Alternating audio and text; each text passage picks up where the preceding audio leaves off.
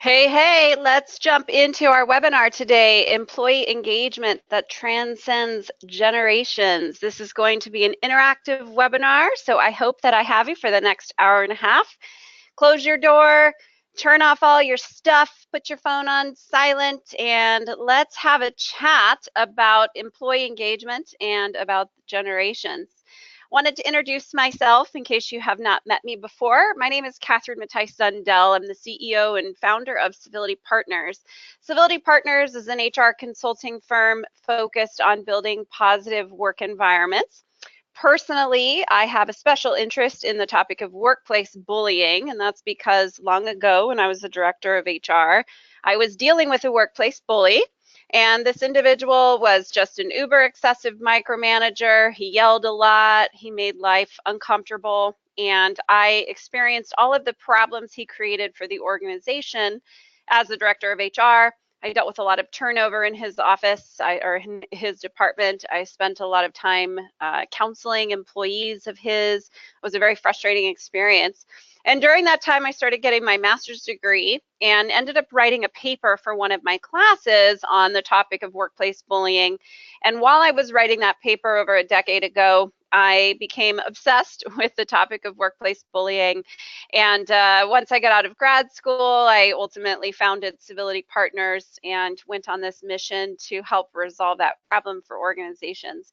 However, what I learned over time is that ultimately what I'm offering in helping organizations eliminate bullying is a positive work environment. So, and being an expert in workplace bullying, I've come to be an expert in positive work environments, employee engagement, respect, inclusivity, everything that is opposite of workplace bullying.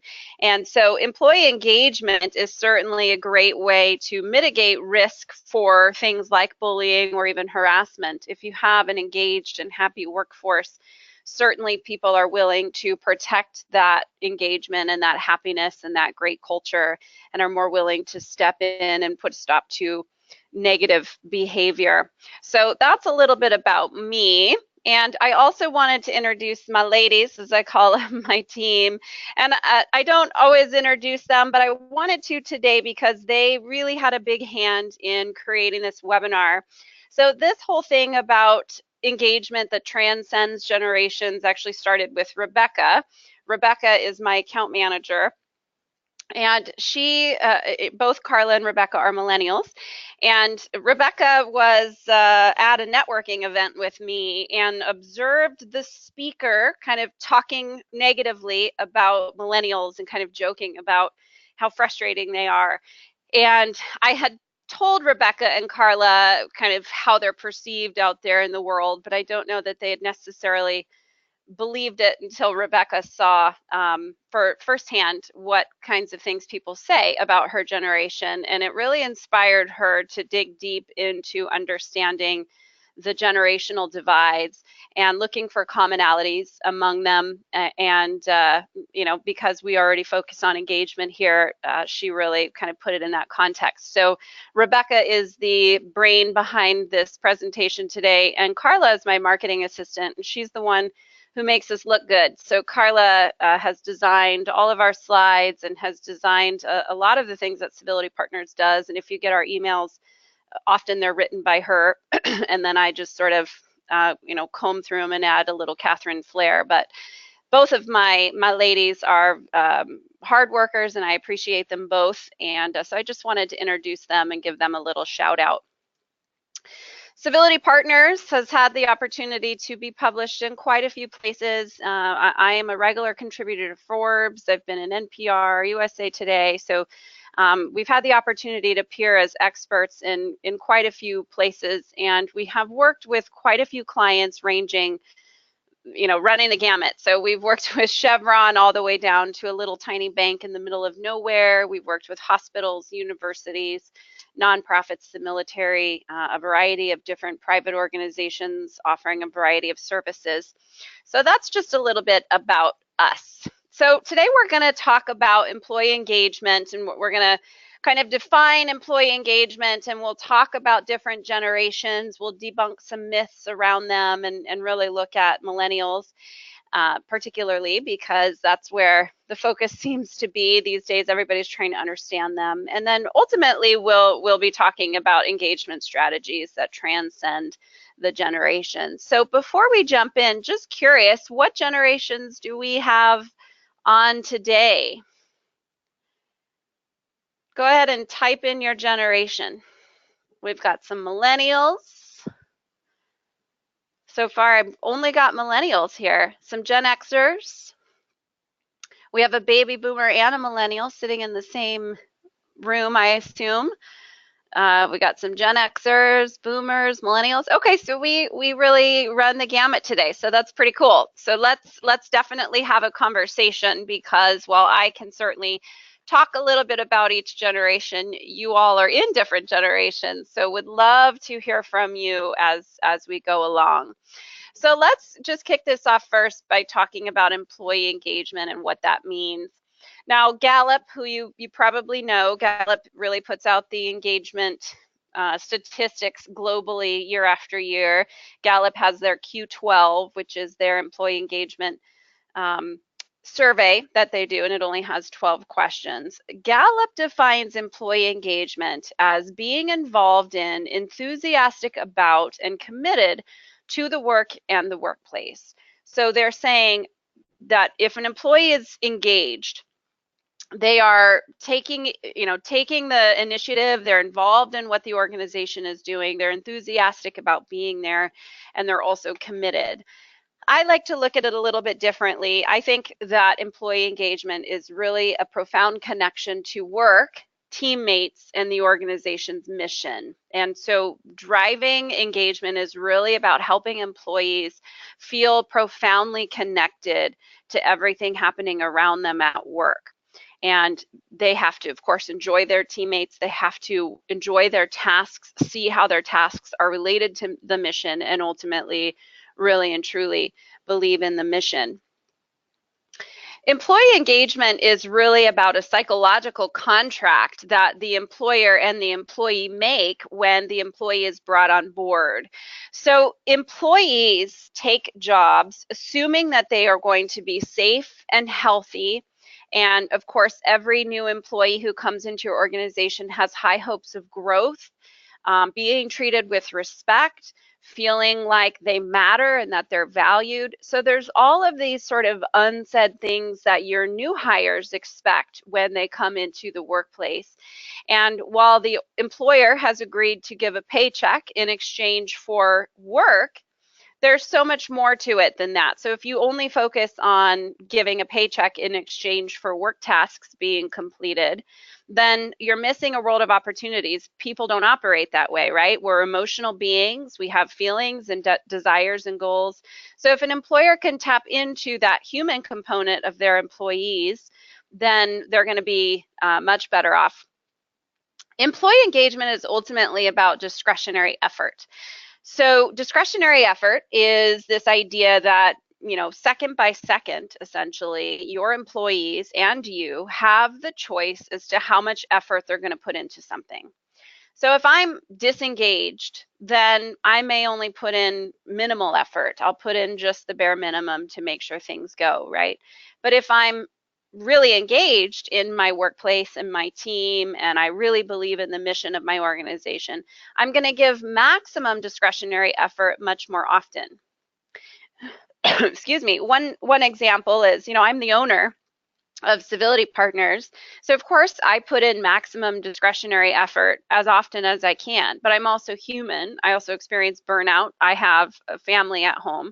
So I may come to work and not be fully engaged every single day. I may not be giving my maximum discretionary effort all day, every day, 100% of the time.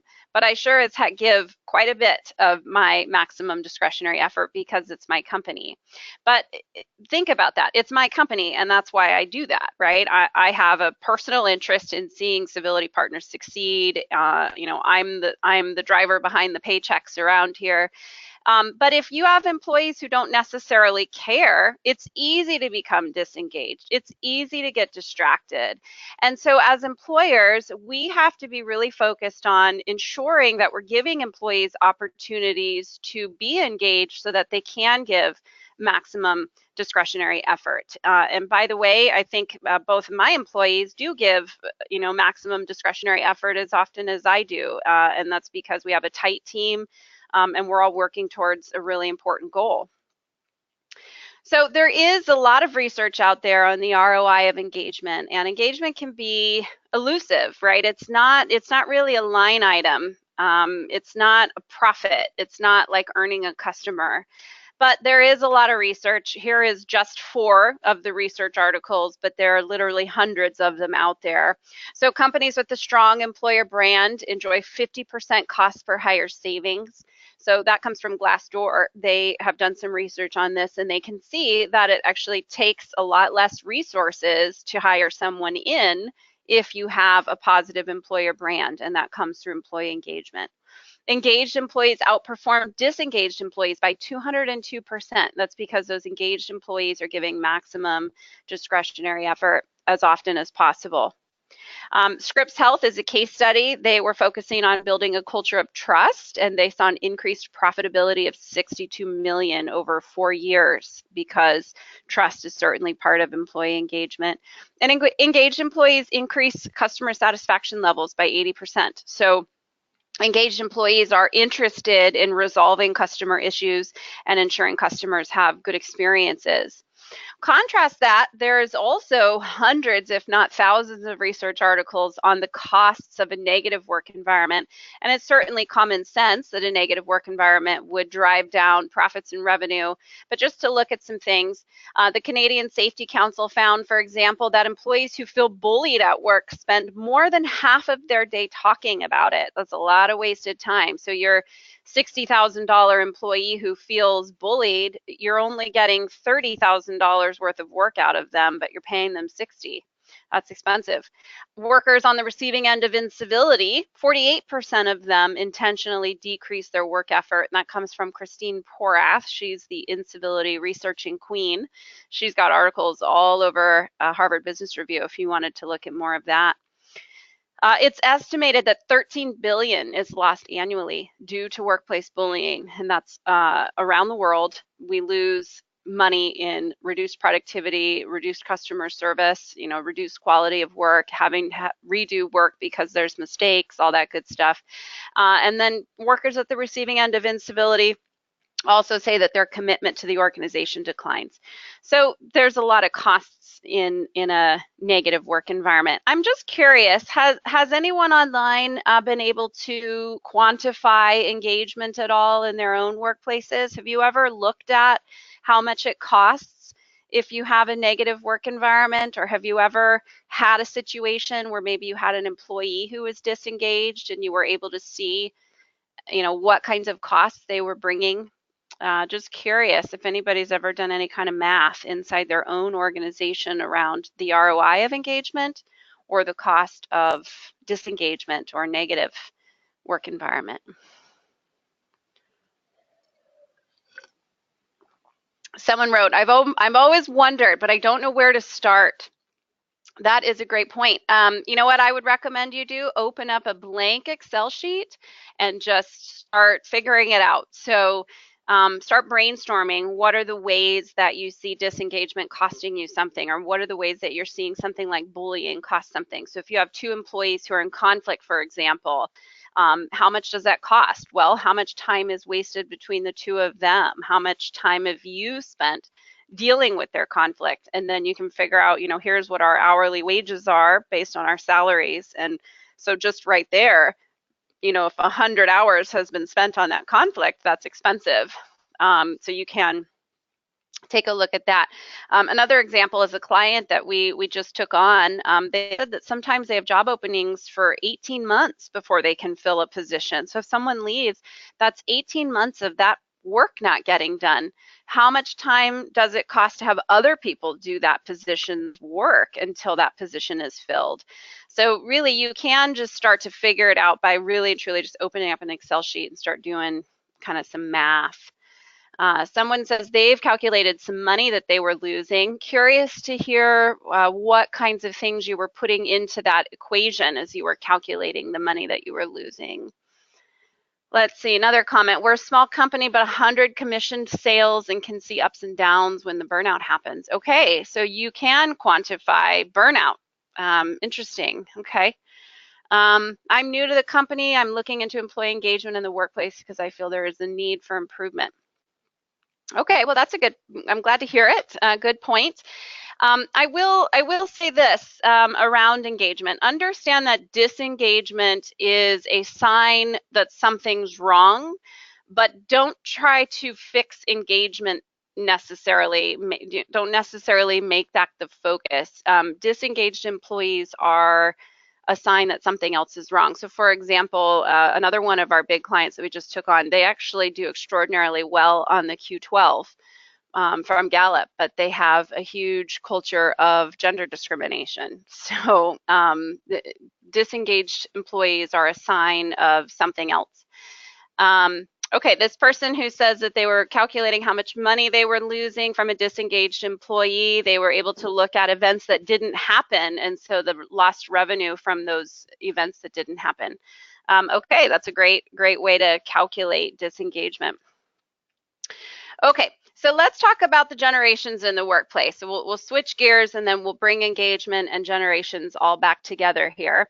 So who's in the workforce right now? Well, 25% of the workforce are baby boomers, 33% are Generation X, that's my generation, and 35% are millennials. And of course, the years are they shift depending on who you ask. Sometimes you see Generation X goes up to 1985. Sometimes baby boomers goes down to 1940. So, you know, this is estimates of the years. But, you know, really what shapes our generational differences are things that happen in our lifetimes. So new tech in our lifetime, in our formative years, shapes how we think and act, pop culture, and the news. So let me ask you, what is some of the new tech that came out let's say in your teenage years? So go ahead and type in your generation and then tell me some sort of new tech that came out. So for me, VCRs were what was a big deal, and they were like $2,000. For Gen X, cell phones came out, computers came out, absolutely. I used to do my homework on that little black screen with the green type.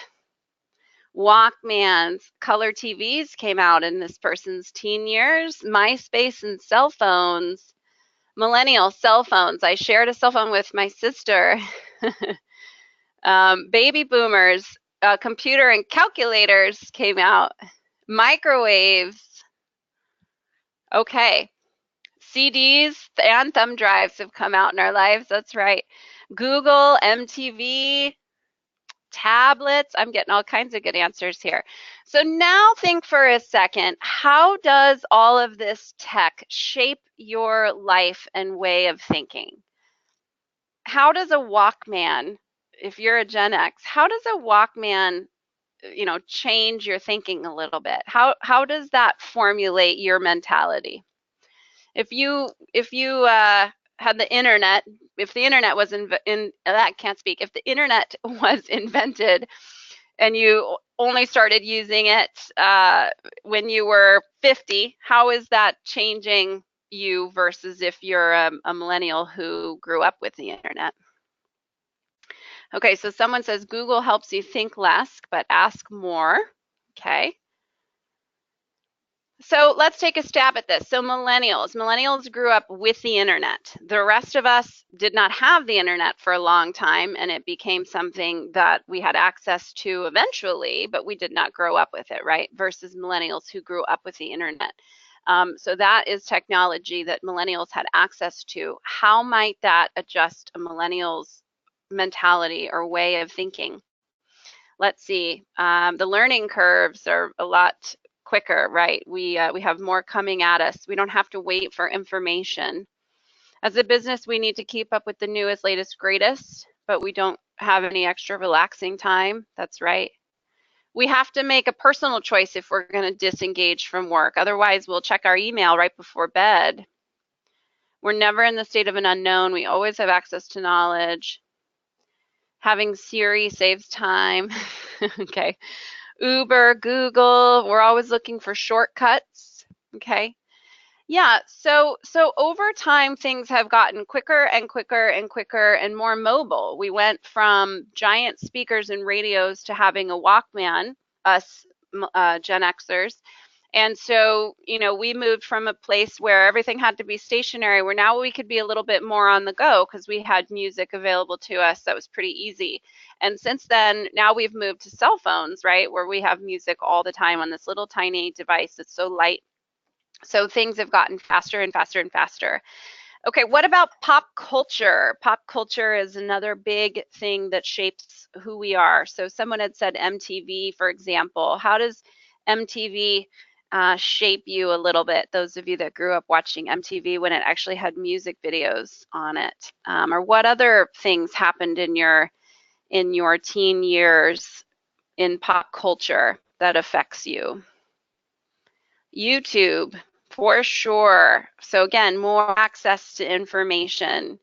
And anybody can be a star. Anybody has the opportunity to be Justin Bieber and be discovered on the internet.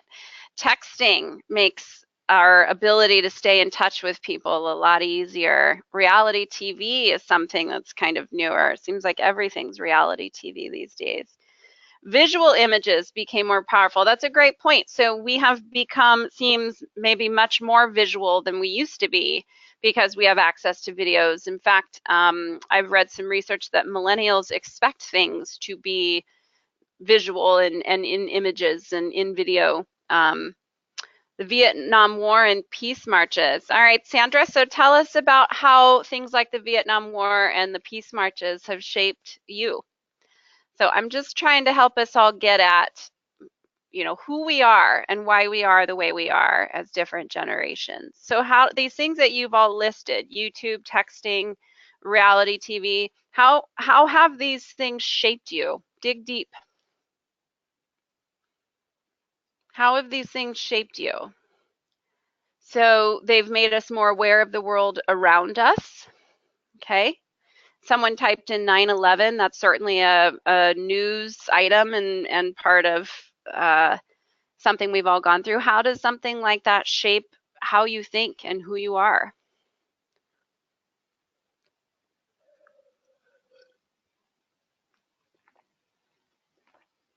Okay, so it's changed the way we look at safety and human kindness. Someone says millennials don't seem to communicate as well. They never want to talk, they just text. So they communicate more, but maybe their one-on-one, face-to-face communication has gone down a little bit, made me more compassionate and wanting to help people globally. We're more cautious. We're connected, but not really connected, okay? So I'll just say this about communication. You know that communication has gotten more and more informal over time. So we don't speak the way they were speaking in the 1300s. You know, men certainly aren't bowing and kissing our hands, ladies. You know, we've gotten more and more informal. Going to the theater, you used to get dressed up. Now people go in jeans. And so our interpersonal communication has always been on a downward spiral from formal to informal. And so it's easy for one generation, an older generation, to sort of point at the generation behind us and say, well, they're adjusting communication, they're not as formal, or they don't sound as educated. But it's always gone that direction. It's always gotten more and more informal. From the beginning of time, we've been on a downward spiral. Let's see, people are focused on buy, always looking for the next new thing. So we've maybe become more materialistic as a society. Let's see, the big thing was Janet's wardrobe malfunction at the Super Bowl. Yes, we were able to gawk and talk about it anonymously. Technology has worsened my attention span as a millennial, one person says. Okay, let's see, actually makes me know that these, there needs to be some things that have to remain constant. You need to not be negative first, look positively and see what you can gain versus what you can take. That's a great point.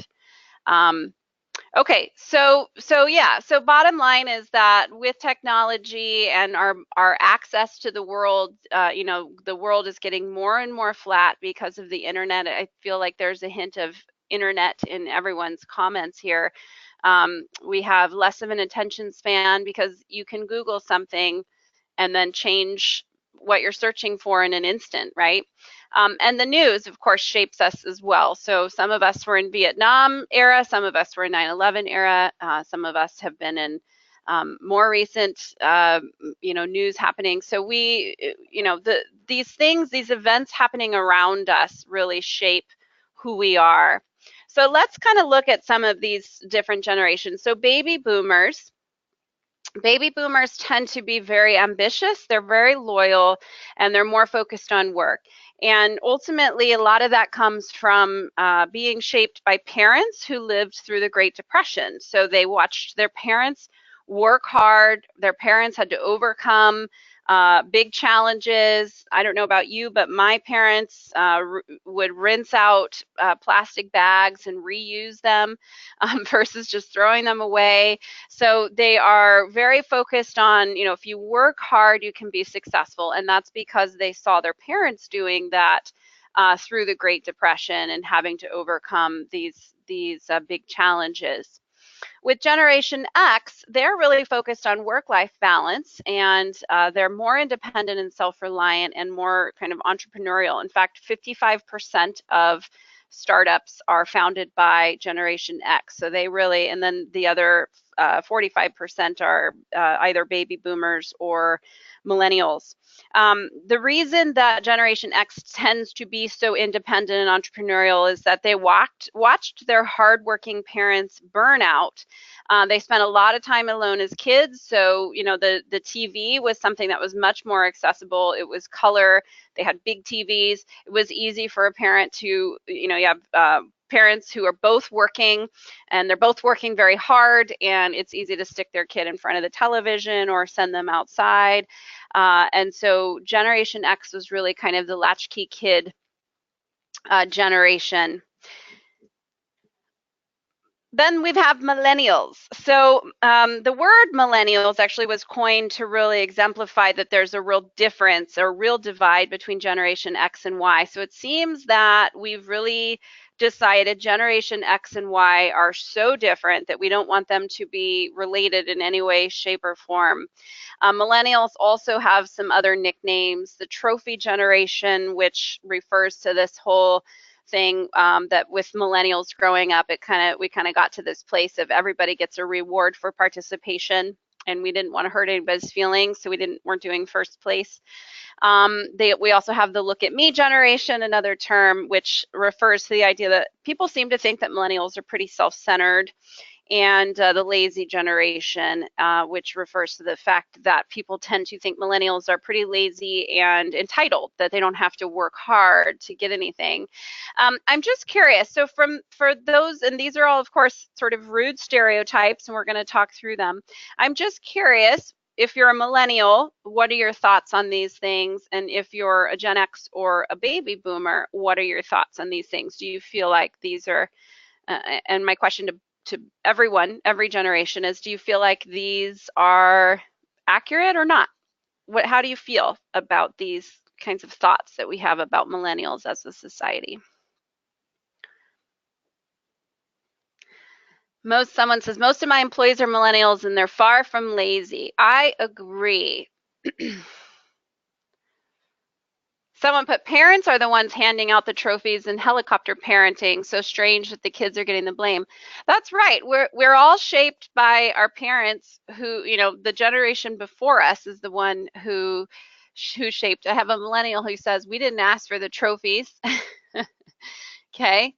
Someone says, I do think there's a little truth to the entitlement bit. People graduating now have very high expectations for salary.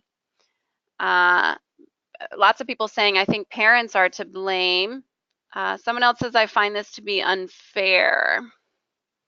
Most things I read in here about millennials are exaggerated.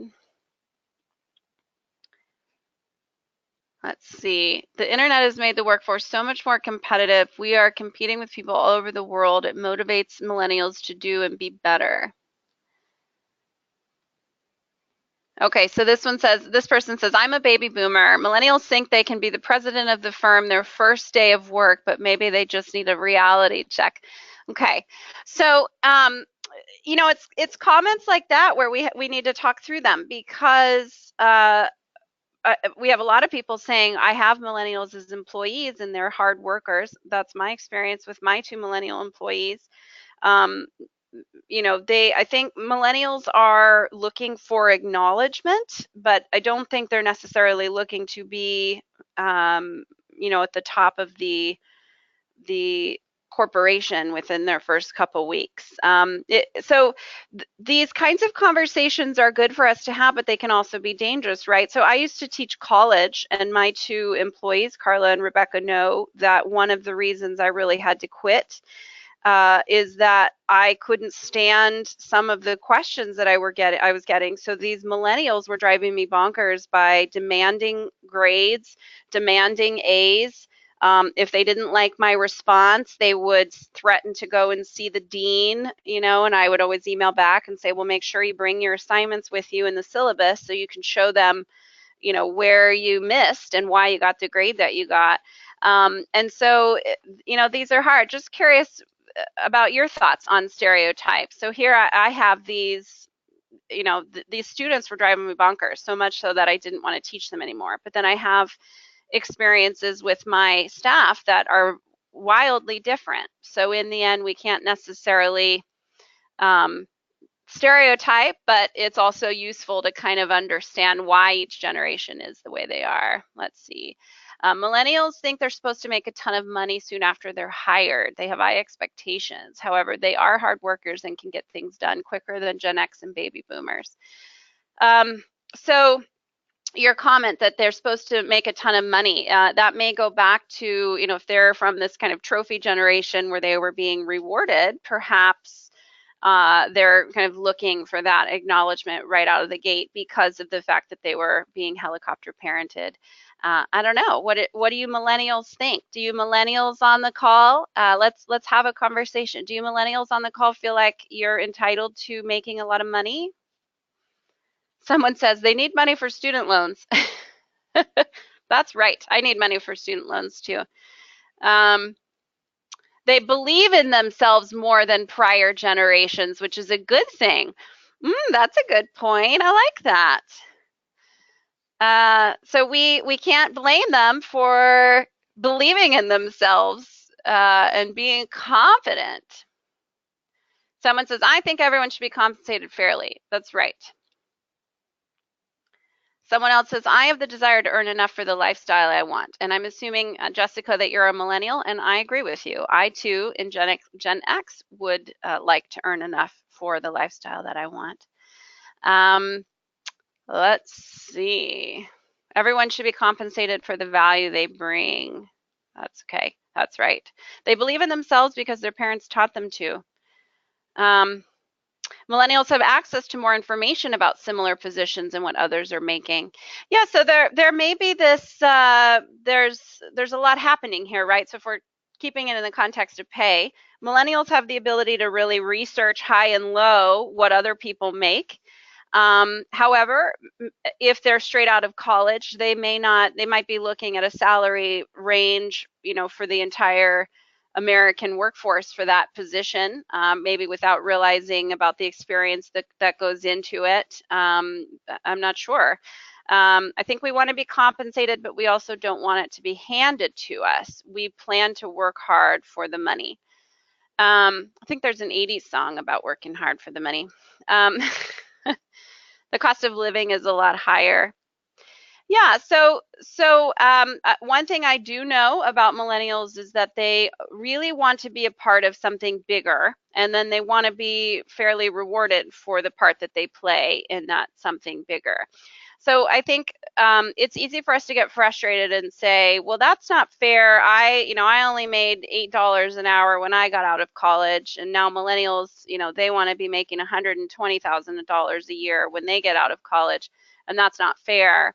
I think to some points, things are more expensive, so we have to account for deflation.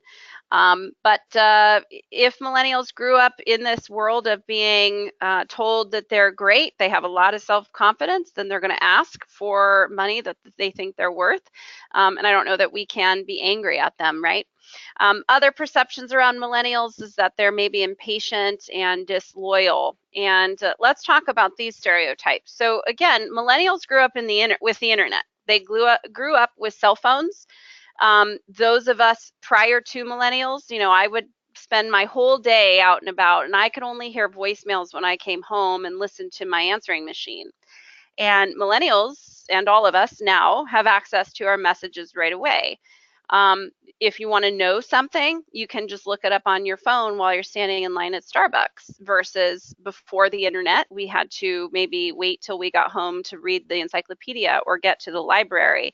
So we could say, well, gosh, millennials are impatient, but we also have to recognize that they're used to a world of access. That's what defines them. They have access, and they grew up with the internet. And so it's not that they're impatient, it's just that they are expecting access. And if they don't get it, perhaps it causes something that the rest of us might perceive as impatience. However, understand that there is a lot of research that all of us, no matter our generation, if we go looking for something on the internet and it takes the web page a while to load, we all have little mini panic attacks. So no matter your generation, the longer you have to wait for a page to download on the internet, the faster your heart beats.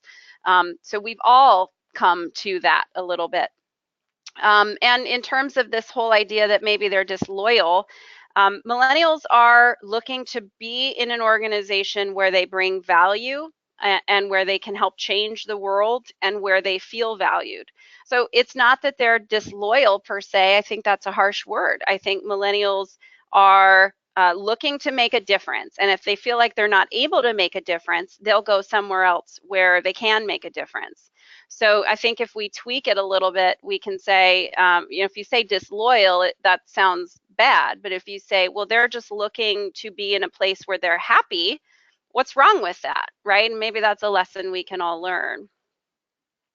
And someone typed that millennials are only disloyal when they don't feel like their contribution matters. So yeah, so I think some of it's perception. So contrast that with a baby boomer who's been taught to be uber loyal.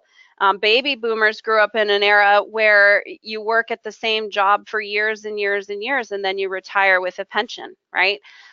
Contrast that with a millennial who's looking to be happy and will go wherever they need to go to have that. It looks disloyal, but that's not the case. It's just two different ways of functioning.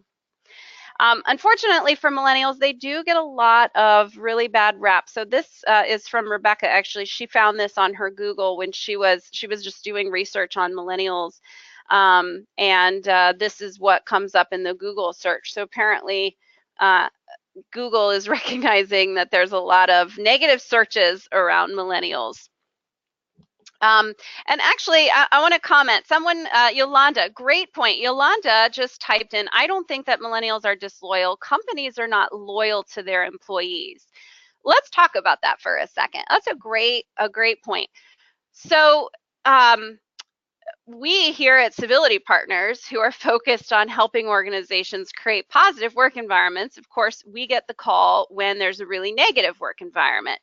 And, there's been bullying and horrible things happening.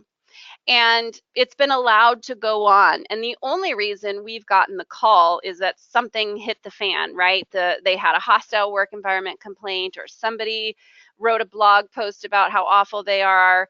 You know, something happened, and that's usually why we get the call. This behavior was allowed to go on, and then something bad happened, and the organization realized there's a risk there. So I really appreciate your comment, Yolanda, that you know, we could be mad at millennials for saying, well, I don't want to be bullied. I'm just going to go somewhere else where it's a happier place to work. But whose fault is that? If you're an employer who allows something like bullying to happen, it's not the employee's fault that they're being disloyal. They just want to go somewhere where they're treated with respect, and I think that's a fair comment, right? So I think we have to think about that. Employers have to be loyal to their employees, and that goes back to that psychological contract that your offer letter and your employee contract, even though it doesn't necessarily say so, what every single employee is expecting, no matter the generation, is that they are treated with respect and that they're valued in their workplace. And if the employer doesn't offer that, any employee may leave. The problem is that Gen X and baby boomers tend to stick it out anyway, versus millennials who are happy to go somewhere else and find their happiness in another place. Okay, so really, millennials, they want to have meaningful work. They prefer experience over items or things. So millennials are looking for big experiences, life events to happen.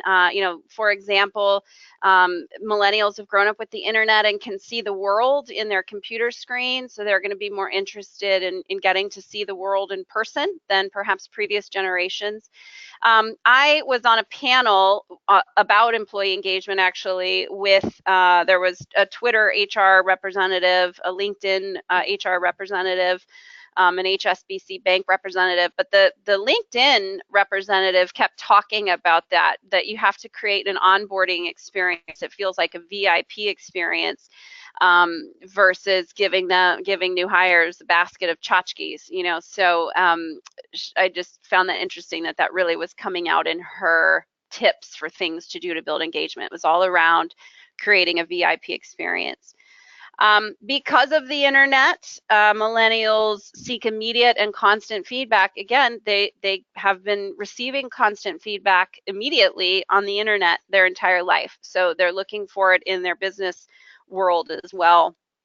And they're looking to grow. So if you can keep a millennial growing, then they're going to remain happier. Let's see here, just a couple notes. The other thing is the internet and social media has provided the opportunity for millennials to collaborate and be much more social, you know, online. So millennials are looking for that opportunity to collaborate and collide and be social, which is why you see the change in work. You know, we've gone from gray cubicle walls to open spaces and desks where people are sitting right next to each other.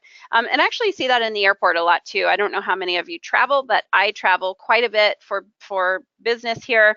And I see it in the airports, where airports, instead of having the individual seats in a row, you know, they have groups of seats. They have these large circle benches. A couple airports have giant benches down the middle of the airport that are sort of all almost like I hate to say a giant bed, but just like this big area for people to kind of sit everywhere. So we're less separated in our physical space because of what's going on the internet.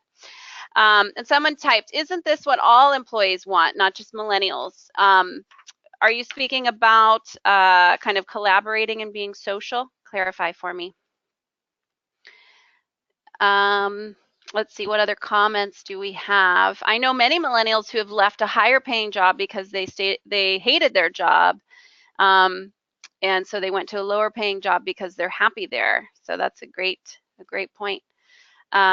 Let's see, everybody wants growth and immediate feedback. I would agree, but I think millennials are what sort of bring that into the workplace, right?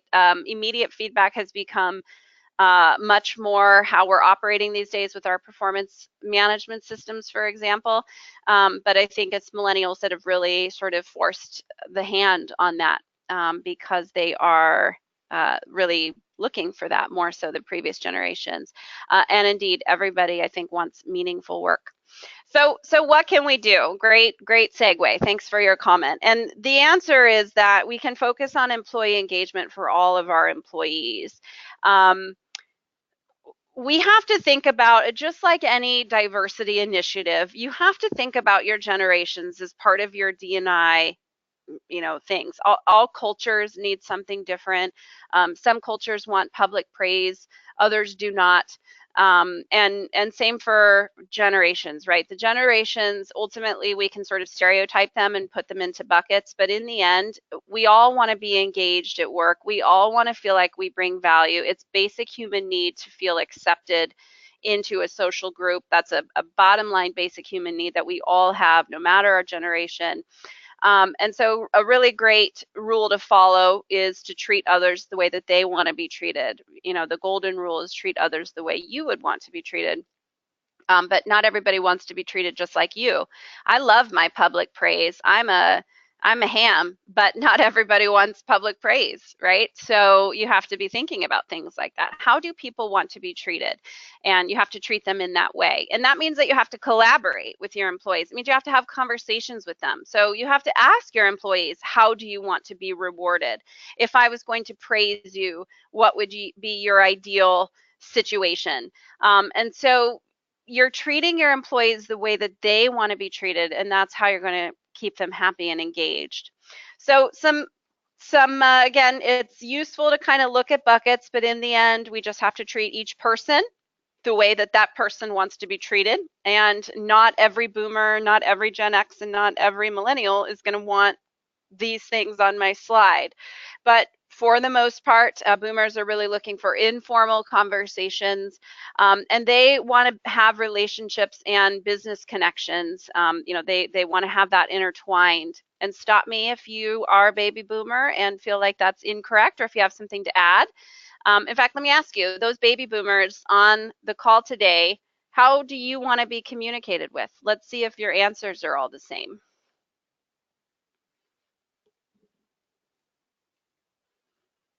My boomers.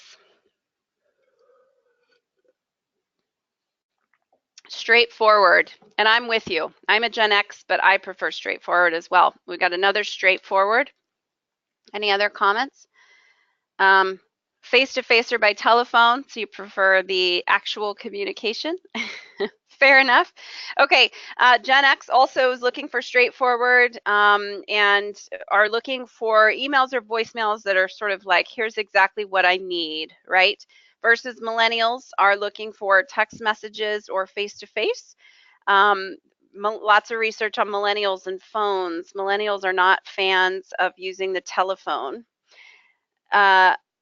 And they're always looking for growth. So they're looking for the message to be tied to their personal goals. Someone says, I agree with what's listed for the boomers. I can deal with text, but a lot of text, things get lost. That's right. So actually the presentation that Rebecca and I saw that got Rebecca really interested in this topic was that this woman was talking about how she does focus groups around engagement in her, she works for the hospital. She's the director of culture for a local hospital here in San Diego. And she was talking about how she does focus groups, and she wanted to understand what engagement meant to the different generations in this hospital. And so she was doing in-person focus groups. And she goes to attend the millennial focus group, because she was doing it by generation. She goes to the millennial focus group and no one shows up. And then she happens to run into a millennial later that day and kind of says, hey, I had this focus group this morning and not one millennial showed up. What's up with that? And the millennial responded with, well, isn't there an app or some place where we can type in what we have to say? And so the millennial was kind of like, why would we go to a focus group? Where's the thing where we type it up? So kind of a clear example of the differences in communication. In terms of rewards, boomers want personal attention, recognition. They want to be promoted. They're looking for, the gold watch to mark their 10-year anniversary, kind of a thing. Gen X is really looking for more free time, opportunities for development and growth. Give me an updated resource if I need, and I'll feel feel like I'm being rewarded, versus millennials looking for that real-time feedback, real-time positive, hey, great job. They're looking for monetary rewards, and of course, being this sort of trophy generation, they're looking for awards and certificates. Okay, let's see. Someone says, I don't agree that boomer relationships and business results are intertwined. I'm not in favor of mixing business with relationships. So you make a great point that we can sort of stereotype and put people in buckets, but in the end, we're all individuals, right? And we all have our own thoughts. I will say this about this whole constant feedback thing. So millennials want constant feedback because that's the world they grew up in with the internet. Millennials have forced HR to rethink how they're doing performance management, and there is a whole new paradigm around performance management. We used to do the annual performance evaluation, and we're just not doing that anymore. So if you're still only doing the annual performance evaluation, you're behind the times. We are really in a place now, and why not? We all have access to the internet. It's not just millennials, right? So people are looking for feedback immediately. All of us are, and we're all looking for a collaborative kind of a relationship. So you could do it where the boss once a year meets with the employee and tells the employee everything the manager has to say about it, and you're rewarding, or you're succeeding here and not succeeding there, and it's only going one way. But because of the internet and how it's changed all of us and the way all of us think, we are in a place where things are much more collaborative, and so feedback now must be flowing both ways. So your performance conversations are not top down. This is the opportunity for the employee to say how they feel as well, and for the employee to say, collaborate with me to help me grow. And, here's what I think about the company, and here's what I need from you, oh manager, so that I can be successful. In terms of onboarding, again, we could just say, well, millennials want certain things. Millennials have pushed HR into looking at onboarding differently. But it's not just millennials who want these things, right? So we all need to know what's expected of us. We all need to know how to succeed. That's not just a millennial thing. Of course, we all want the first day to be memorable and the first week to be memorable. So again, this was inspired by millennials who are really looking for that experience more than a thing. They want to have a grand experience when they join your company. But every generation is going to appreciate a grand experience when they enter your organization. So again, while millennials have sort of tipped the scales and driven the paradigm shift, everybody wants that. So your new hires, no matter their age, are going to feel accepted and more welcome, and they're going to produce a lot faster if you give them a memorable experience. And the turnover rate is going to go down no matter the generation if you provide a terrific onboarding experience. Mentor programs are great. Again, millennials really want to grow, but I'd love to grow, and I have plenty of mentors. I just met one last night for happy hour who he was my old professor from grad school, and we still meet up every once in a while. So again, not necessarily just a millennial thing. We all want to grow. It's human nature.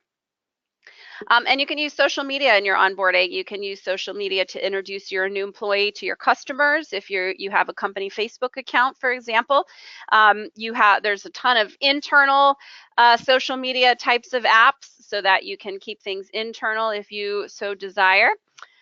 Okay, so let's see. I've got some comments. We are going through formal reviews right now, and people don't want to make the time for that, and it's just once a year. How do you get people bought into making time for this? I know it's important, but they just want to keep working. Okay, that's a great question. So Melanie says, I have a hard enough time getting people to do the one time a year formal review. How in the world could we make it more often?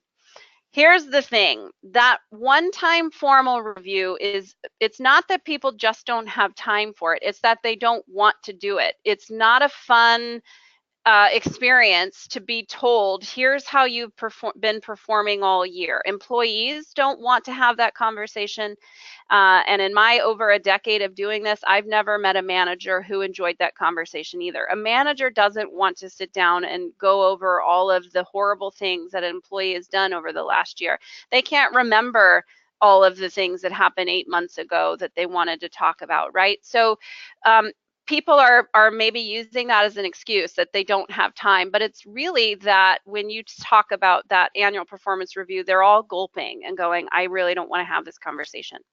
So what that means, Melanie, is you have to create a feedback culture where the more often that feedback comes, the less of a hindrance that annual evaluation becomes. The annual evaluation is an hour-long conversation or 2-hour-long conversation because there hasn't been any other conversations all throughout the year, right? So if you can do at the very least quarterly performance evaluations, they'll be much shorter and people won't dread them.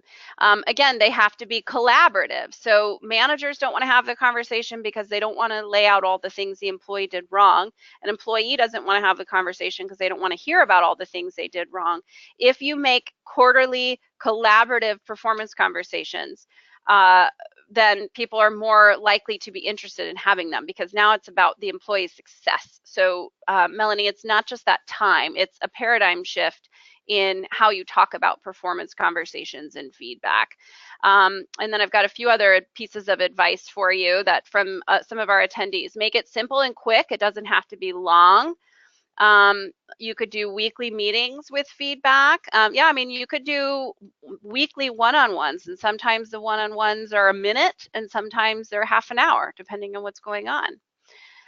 Someone else says, I put on my calendar and schedule one-on-ones at least once a quarter. Just put it on the calendar and you'll commit.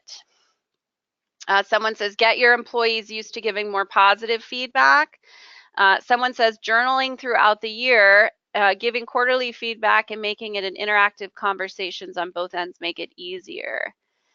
Someone says, what's an example of what to say during a feedback conversation? Ooh, I've got something for you at the end that you will enjoy around what to say during a feedback conversation. But I would say most of what you should say is questions. You know, how can I help you as your manager? How can I help you succeed? And what are your career goals? And what sorts of skills do you have that you feel like you're not able to use so that we can start using that? So those are the kinds of things that you'll want to say. You want to ask a lot of questions. Let's see, I'm a millennial in the HR role at my mostly baby boomer Gen X company. It seems to be hard to get people on board to giving feedback and such. Okay, so that's a good point. No, you're the only millennial there, so you have an uphill battle. Okay, so Kimberly, you make a great point. So you have to work in the culture that you're in, right? So if you're the only millennial, you may not be able to say, okay, everyone, we're going to start doing weekly one-on-ones and that's the new rule, right? You're going to have to work into culture change. So what I might do, Kimberly, is survey people and find out. So if you're doing any sort of employee engagement survey or job satisfaction survey or anything like that, or even if you're not, just do a survey around this topic. But start figuring out how people want to get feedback and what they're looking for, and then you can try to tailor it to them. But you may not get to that kind of millennial way that we're talking about here until there's more millennials in your workplace. Okay, so again, every employee wants to grow, right? It's human nature to grow, to want that, and to feel like you have the opportunity to grow. So while millennials have pushed the paradigm in HR, we all ultimately do want to know what our abilities are to grow and how can we get there. So providing options for paths so that, you know, as managers are having these conversations about career mapping, it's kind of like you could go this way or you could go this way. If you go and get your master's, maybe you would go this way. There's some training over here. If you're interested in this, you could go that way. And so really kind of opening up the dialogue about here are the different opportunities for you in your career, and how can I help you get to the career that you're looking for. If you want to keep millennials, you have to have those conversations in the context of your organization, right? So you have to talk about it often and talk with the millennial about their future there in your organization. The other thing is if it turns out the millennial wants to be the CEO of their own organization someday, and you know in your 50-person company that that's just never going to happen, it's okay to have that kind of a conversation. Help the millennial get as far as they can inside your own organization, and then you can feel good that you helped that person grow and they were able to go off and be successful and be a CEO because of the experiences they had in your organization. So millennials, you know, they have to feel like they have the ability to kind of say, here's what I want, and how can you help me get there? And again, we can be annoyed at them for it, or we can say, wow, that's pretty. You have some confidence there, and I appreciate that in you. So understand that 75% of the workforce will be millennials in 2025. So that is not that far away. So we can fight it and say we don't want to make these changes because of millennials, but it's, you know, it's in everybody's best interest to think it through. So again, my view is that although millennials have caused us to push the needle in how we do things, they're the reason for the paradigm shift. They're the reason we don't have gray cubicle walls. They're the reason that we have more collaborative performance conversations more often. You know, millennials are the reason things are changing, but in the end, these are good changes. It's good to be able to collaborate and communicate with your employees. So let's go with it and recognize that every generation has changed the workforce a little bit or changed the way we do things. So this is a great quote by an author. Instead of complaining about adapting for millennials, it's imperative for leaders and managers to acknowledge the role of millennial behavior as an indication of the needs of the modern workplace to attract, leverage, and retain modern talent. So especially because of the internet, you can't hide, right? You can't hide from this. And here's my quote. Millennials are onto something, so let's follow their lead. Who doesn't want to be happy at work? Who doesn't want to be engaged? Explain what you mean by millennials are the reason we don't have cubicle walls. So that's just my metaphor. So in the 80s, you know, you have a movie like Office Space, which takes place in the early 90s, where everybody's in their cubicle, nobody's interacting, and the only interaction they really have is at lunchtime, or the manager comes around and stands in their cubicle and sort of hounds them to do their work, right? So that is kind of the 80s and 90s way of doing things, that everybody was working as an individual. What I mean when I say millennials are the reason we don't have cubicle walls is that millennials are the reason that work has become much more about connection and relationships and collaboration. So someone's asked me for the previous slide. So, you know, because of the internet, we all have become more social, and we all are interested in much more interaction and collaboration because of the internet. Okay, here we go. So let's talk about employee engagement that transcends all generations, which is why you're all here, right? So let's talk through some of this. One thing that we all need, no matter your generation, is the opportunity to feel valued. This is a basic human need. If you've ever heard of Maslow's hierarchy of needs, this is something that he was talking about long ago. It's a basic human need to feel like you're valued by the people around you, to feel valued by your family and your work and your friends. And so, you know, in terms of work, this means that all employees, no matter the generation, have to feel like their contributions matter, their ideas matter, that some of the tasks that they're engaging in are mission critical and important to the organization's success. Of course, you can show people they're valued by giving them rewards. Just to give you an example of these sort of mission critical tasks, and how it comes down to the employer and how the employer communicates. I was once doing training for a vector control, which is mosquito removal, like this guy here. He's spraying the pond, trying to get at the mosquito eggs. So I was doing this training, and on the break, I just kind of turned to someone standing around me and I said, "Hey, so tell me more about what you do here. I know you kill mosquitoes, but what else?" And she says, "No, that's pretty much all we do, kill mosquitoes." And this guy overheard, and he says, "Is that all you think we do here, kill mosquitoes? We are saving the community from West Nile virus." And so here you had two individuals with the same job title. They were both doing exactly what this person's doing in the picture, day in and day out. But one of them thinks she's killing mosquitoes, and the other one thinks that he's saving the community from West Nile virus.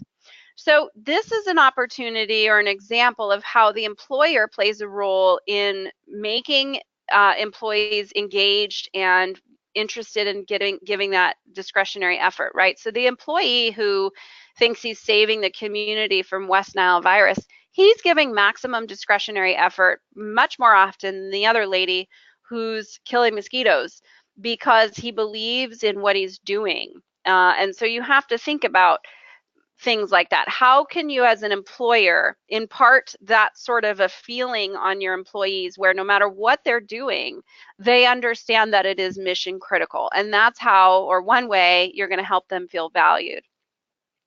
Some other ways to help employees feel valued are to say thank you to them. All of us want to get a thank you. It's not a generational thing. We all need our tasks linked to our mission, and it's not going to be everything an employee does. But anytime you assign an employee a new task, or have conversations about things that are going on in your workplace, talk about how those things that they're doing are linked to the organization's ability to succeed, right?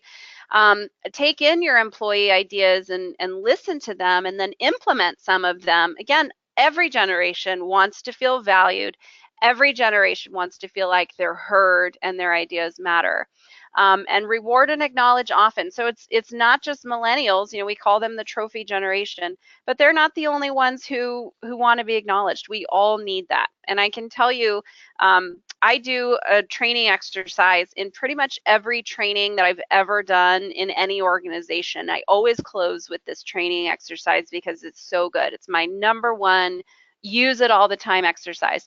And what I do is ask people to write, they get in groups, and I ask them to talk about how they want to be treated at work. And every single generation in every single organization, no matter the industry, has said, I want to be acknowledged. It is human need. All right. The next one is work. The next way to build engagement is work. So that means no matter the generation, people want to be autonomous, they want to be flexible, and they want to feel like they're satisfied with their job tasks. So perhaps some generations are looking for autonomy more than others. For example, we said Gen X is really the kind of latchkey generation, and they're the more independent group. But nobody wants to be micromanaged. Not one generation wants to be micromanaged. So we all, no matter the generation, want these kinds of things. So some ideas for building engagement through work and job tasks is to indeed offer flexibility and autonomy, offer the opportunity to telecommute sometimes. If an employee is not feeling great, offer them the opportunity to work from home. So give people the opportunity to be autonomous, no matter the generation. We all want to be challenged and feel like we're growing, no matter your generation. And we all have goals. And so every generation in your organization is going to be more successful if you can understand what the employee's personal and professional goals are and help them achieve those personal and professional goals.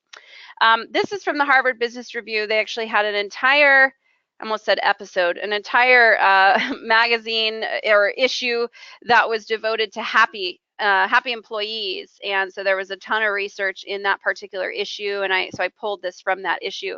People are happiest, no matter the generation, when they're appropriately challenged, when they're trying to achieve goals that are difficult but not out of reach. So again, doesn't matter the generation, we all want to stretch. Team, another way to build engagement across all generations. Again, we are social human beings. We all, no matter the generation, want to have a positive experience in our team. We all need trust. We all need feedback. Maybe some of us want it more constantly than others, but we all need it. We all want to feel like we communicate well within our team and that our team is making good decisions. So again, teamwork and the ability to collaborate with a team, that goes across all generations. So there is a lot of research on this word thriving, and it comes out of the world of positive psychology. And thriving is basically it means that somebody who's thriving is somebody who is learning and happy. Those are the kind of the two factors for thriving. And they've done a lot of research on what makes somebody thrive, and it turns out that you can whittle it down to 4 things. No matter the generation, people thrive, employees thrive when they have the ability to make decisions on their own, so they have some discretion, when there's transparency in the organization, when there's civility, and when they're getting feedback in their performance. So these 4 mechanisms stretch across all generations, not a generational thing. One example of discretion is Southwest. So Southwest, if you've ever been on Southwest flight, they have the ability to deliver their little FAA spiel about safety and seat belts and exit rows and all that good stuff. At Southwest, you have the discretion to deliver that however you want. And if you were to Google Southwest announcements or whatever, you'd find all sorts of Southwest employees doing all kinds of crazy things. They dance, they rap, they sing, they do it, with humor. So that's Southwest giving employees some discretion. Of course, there's laws around what has to be said, but they still made it fun, and they still give employees the opportunity to deliver that message that they all have to deliver in a way that works for them. So just curious, what are some things that you're doing to give your employees discretion? How do your employees get that autonomy or discretion in their work? And while you're answering that, I'll answer some of these questions. So one person says, are you saying that people can't make connections and collaborate if they're in their own cubicles? What I'm saying is that it's a lot harder to collaborate and build relationships if they're in their own cubicles. The reason that offices have been changing, in fact, CBRE, which is the #1 world's international commercial real estate, they have transformed all of their offices, their office spaces, to a place where nobody has an office, because they recognize that if you're out with your staff, you're going to learn more about what they're working on. And so, yes, you can certainly have a connection with somebody who's in a cubicle down the hall from you, but you're going to connect and collaborate more often if you're facing each other or working right next to each other. Let's see, if someone is not engaged, autonomy just seems to allow more disengaged behaviors. Ooh, that's a good point, Terry.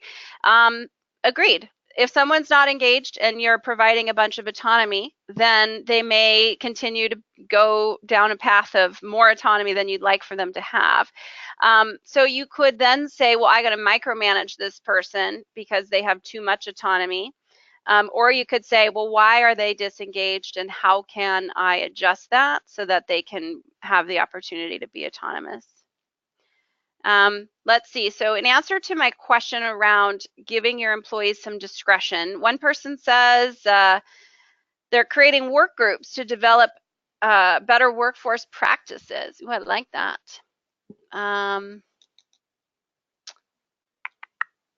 Let's see. I don't see that happening in the state. Oh, so you're back to the offices thing. A couple people are really focused on my comments around cubicles. Okay, let's talk about it. So someone says they've found that open offices decrease productivity. Melanie, that is not the case. They have found that on average, in an 8-hour workday, most employees, no matter whether they're in an office or out in an open space, they're only working 3.5 hours on average. They're giving giving that discretionary effort. So sure, there's more opportunity to communicate about things that are off the topic of work. But again, it goes back to culture. So people have to feel like they can collaborate. It's the way of the world these days. The internet has done that to us. Carla, my assistant, has pointed out that we have an open office and we're very productive. This is very true. So the three of us all sit in a circle basically, and we are all looking at each other. And it's nice to be able to look up and say, hey, have you done this? Or where's that? Or what's happening with this? But we have many very silent moments all the time. So where we're just working in our own space. So I think it has to do with culture. The three of us are hard workers. And one of our core values is warrior spirit, which means that we would never hire somebody who does not have a warrior spirit. And part of that is working hard and making sure that things get done. Okay, so some things you can do to build engagement across all generations is train everyone on the art and skill of giving feedback. Not everyone is good at it. Let's make sure that everyone is. Everybody should have the ability to deliver feedback to their teammates. Managers should be trained on collaborative performance management so that they're able to have those conversations more often, like we were talking about, and that are more kind of how can I help you and how can you help me?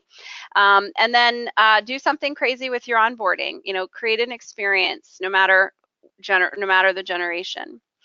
Next up is the environment. So your work environment has to be one that people want to be in. People have to feel pride in the company. They have to enjoy the culture. They have to like their workspace. So let's talk about that for a second. We are working with one company right now who has a very stark culture. Their office is gray. The CEO was joking that she's not a fun person, and so they have a fun committee so they can try to have fun, but that's just not their deal. She's not, making jokes and stuff. They're very serious. They're focused on high stakes PR. And so, we could say, well, the way of the work these days is that everybody's supposed to have fun. But that's not necessarily so. So when we were talking with this CEO, it's like, you don't have to have fun. You have whatever kind of culture you want, but you have to understand what your culture is so that you can hire people who fit that. So if you decide, you know what, I'm not fun, I don't want to have pizza parties on Fridays, I don't want to have bright orange walls, I would like it gray, then great, do that. But then only hire in people who are in that, who are interested in working in a place like that. One of the reasons they hired us is they are having a hard time with turnover. They keep hiring in millennials who keep leaving. And so they either need to find millennials who are interested in working in this very stark, unfun environment, in the words of the CEO, or they need to change their culture to attract millennials. Those are the choices. But it's up to them. It doesn't have to be one way or the other. What are some resources to get managers and employees trained on giving feedback? That is a great question, Melanie. And if you hang on until the end, I will give you a resource. So sit tight on that question. So some things you can do in your environment. I've got redecorate there as a kind of a joke. You don't have to go out and hire an interior designer to redecorate your entire office and make it look like the Googleplex.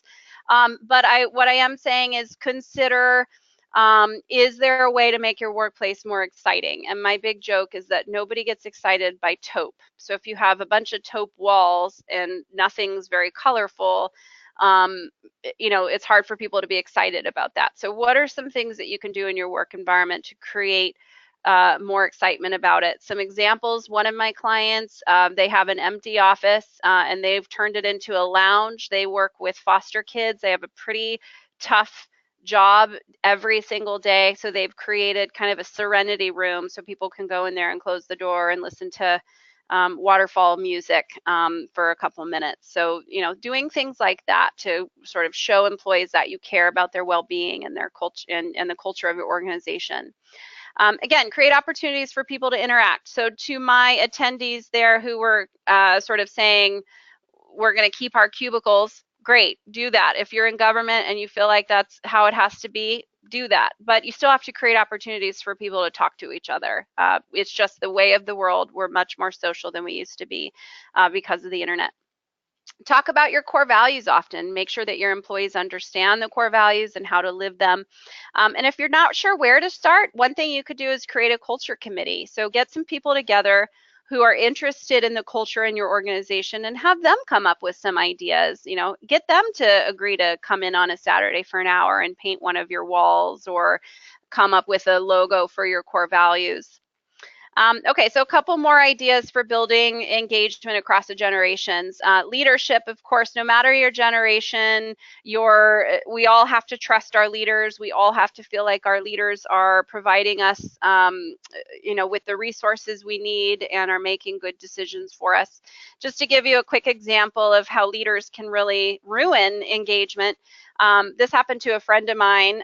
He was telling me he had gotten a new job, and he was telling me about how they were going to be doing Bagel Mondays at this new job he had started. So he just kind of mentioned it in passing, oh, that we're going to have Bagel Mondays. So he tells me the story the next time I see him that he goes to work on Monday and there are no bagels. And so they had made this announcement they were going to be doing Bagel Mondays, and then they never did it. And so he described this Monday morning where everybody came to work. Nobody ate breakfast because they all thought they were going to have a bagel. And then they had to work through their Monday morning without breakfast, starving to death because there were no bagels. And the reason I'm bringing this up is because it's stupid. Who cares that there weren't any bagels? But what I witnessed was a real disengagement thing happening there with my friend because of the lack of bagels. He was pretty annoyed, and he was kind of telling me the story about how everybody else was annoyed, and they were trying to see, like, could someone sneak out and go get breakfast, and they could all cover for this person. So that the boss wouldn't know that they had snuck out to go and get breakfast. And so they spent their entire morning being disengaged, focused on the lack of bagels. And so it's a great story because it's a good reminder that even minor things, something as stupid as a bagel or not having a bagel, can really drive down disengagement. So think about that, and think about how important it is to really focus on building engagement. Something as stupid as not having a bagel can really put a big dent in discretionary effort. So figure out ways to avoid things like that. Even the little things matter. So some ways to build engagement through leadership is offer mentor-protege programs so that younger, perhaps your millennials are paired up with your baby boomer leaders, so that they have the opportunity to grow and learn from the baby boomers, and so that they have an opportunity to get to know each other a little bit better. Blog about internal issues so that leadership's being transparent. Figure out ways for leadership to share more information than they're sharing so that people feel like they have a connection to leaders, and leaders are being transparent, giving information that's needed. And I would also include your top leadership in your onboarding program. So whenever you have new employees, your CEO should be spending time with those new employees. Your C-suite should be having lunch with that new employee as a way to bring that new employee into the working world. And then lastly, growth. Growth is something that transcends all generations in terms of engagement. So again, we all want to advance and learn and meet goals. This is not a generational thing. It's not just millennials who want to grow. We all want to grow. It's basic human needs. So some cheap, easy ways to provide growth opportunities. You could do book clubs. So for example, you could look at your core values, find some books that match your core values and have people read them, and then have a book club around it. So if one of your core values is resilience, then find a book on Amazon about resilience and order everyone a copy, and then you can all read it and have a conversation about it. If you can, provide budget for training, professional associations, etc. Again, we're all looking to network and grow. Matrix teams are another great way for people to grow. So the way matrix teams work is you take one person from each department and you put them in a room, and each person brings a problem that their department faces to the room. And then the other people try to solve the problem. So maybe the accounting team, they send one person to the matrix team, and accounting's problem is they can't figure out good ways to collect on past due bills, on accounts receivable. So then the other folks in the room who are not even in the accounting department have the opportunity to provide some ideas and input. And so it's just a nice way for people to collaborate, get out of their space, and think about somebody else's problem in the office, and learn from each other. So this is a free, cheap way to give people the opportunity to grow. And then lunch and learns. And I always say, get your employees to do the lunch and learns. Don't pay somebody to do it. Give each department a core value, and have them create a lunch and learn around your core value. So those are a lot of ideas. Curious, other ideas that anybody else has that you're doing to build engagement. Let's hear from you. What's happening in your organization where you're building engagement?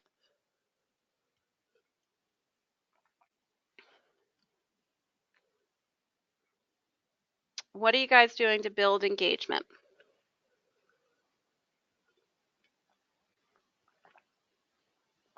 Meetings outside. Okay, so a nice way to kind of get out of the office, see the world a little bit. Okay, what else are you guys doing to build engagement? Our hours are flexible to allow for work-life balance. Okay, we're all remote, so we stay in contact virtually once a week. Perfect. Having those opportunities to connect is important. We're going to start offering in-house career coaching. Ooh, that's a good one. Melanie, curious to hear a little more about that. Who's doing the coaching?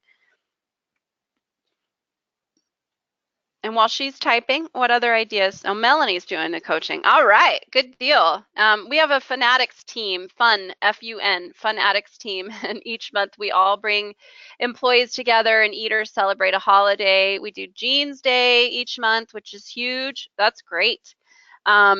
I saw some research on Hartford Insurance, actually. Hartford discovered that when they started doing Casual Fridays, productivity went up.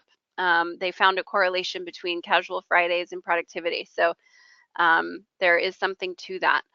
Somebody says, we do potluck onboarding lunches, as culturally you learn about needs and special diets. Ooh, that's good. Incorporating new hire feedback into selection and onboarding. That's another great way to build engagement.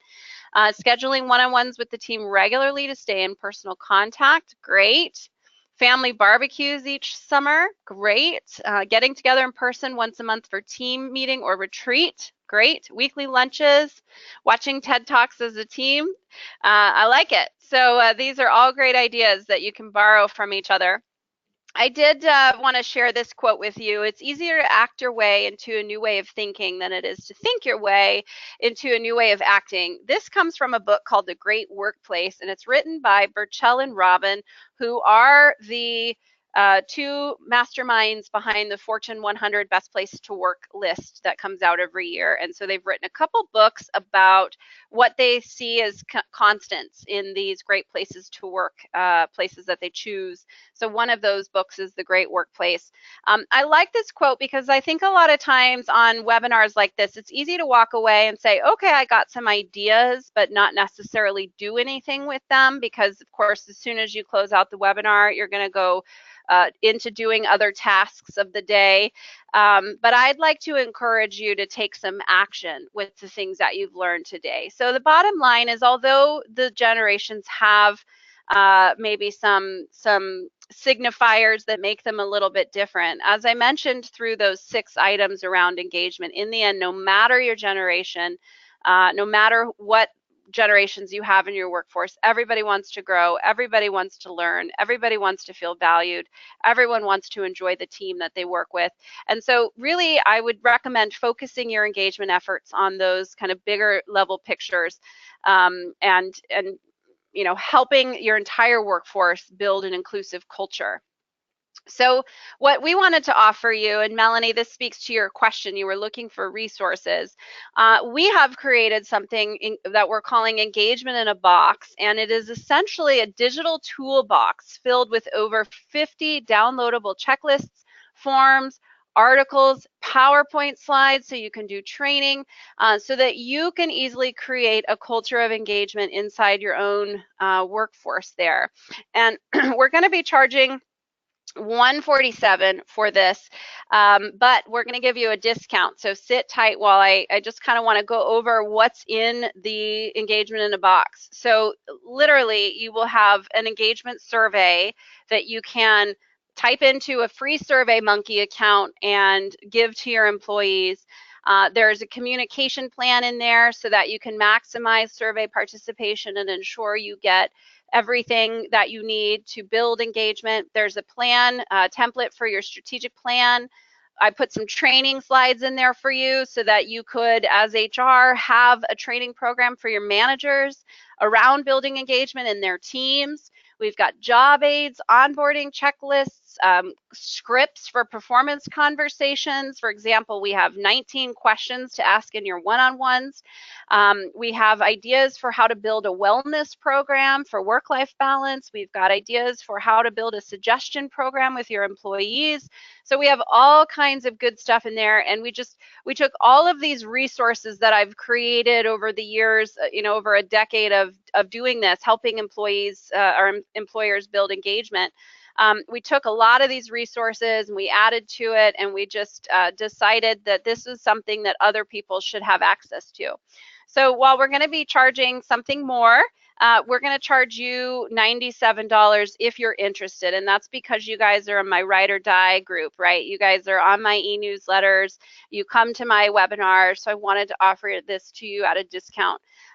So if you pre-order it before Friday, you'll get this discount.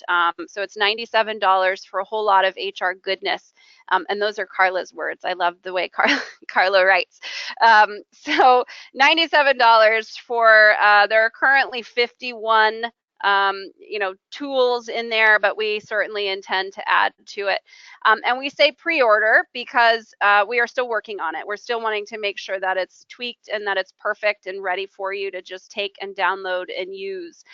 So if you go ahead and go to civility-partners.com/EIAB, which stands for Engagement in a Box, you can order it for $97. And we will have it to you by the last day of May. So you will have access to all 51 documents by the last day of May if you are to order it. But you've got to order it by Friday if you want the $97. So do you have any questions about this or anything else we've talked about today? Happy to answer any questions you have. And I'll just say, Engagement in a Box came from my experiences as a director of HR. I was a director of HR in a small company doing a million other things in addition to my HR role. And it was also a nonprofit, which exacerbates that whole doing a million things. And I would have loved to have something like this instead of having to scour the internet for, a performance improvement plan that I could give to my employees or a survey. To have something like this would have been really useful. So I made this for those of you, or we made this, Carla and Rebecca and I, we made this for people like that, people like my old self. You don't have time to figure out all the different ins and outs of employee engagement, and you're looking for kind of easy ways to do it. So happy to share this with you. Any other thoughts, questions, comments? Somebody says, this sounds awesome. I'd like to know more about the survey. Great question. So here's the thing. In my other product that we have, which is the Masterclass, Workplace Culture Makeover Masterclass, we gave you a database of over 200 survey questions in the Masterclass. With this, we wanted to make it easy and simple, and the idea is that you should be able to download the forms and use them immediately. So we have given you an engagement survey. It only has something like 20 questions in it. So it's available to use. You don't have to pick through the questions that you want to ask or anything. You can just transfer those questions into SurveyMonkey, or use the downloaded version on paper.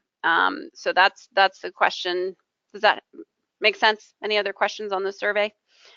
What about onboarding? Yes, let me go back this way. So we have a fabulous 14-page onboarding checklist that really ensures you take onboarding folks or new hires through a real solid onboarding program to really ensure that they're brought on board. So we've got the 14-page checklist that includes tasks for managers, tasks for the team, and tasks for HR. We have some onboarding ideas in there to make onboarding fun. So we've got a nice list of things that you could do for your onboarding. So we've got some questions that you could ask in your interviews to ensure people are fitting your culture. So we've got a lot of great stuff there. Any other thoughts or questions? All right, all. Well, thank you so much for spending the day with me. Or spending the morning with me. I appreciate it. And I'll just put this link back up here, civilitypartners.com, EIAB, which stands for engagement in a box. I appreciate you. I appreciate all of your thoughts and comments today. Have a great rest of your day.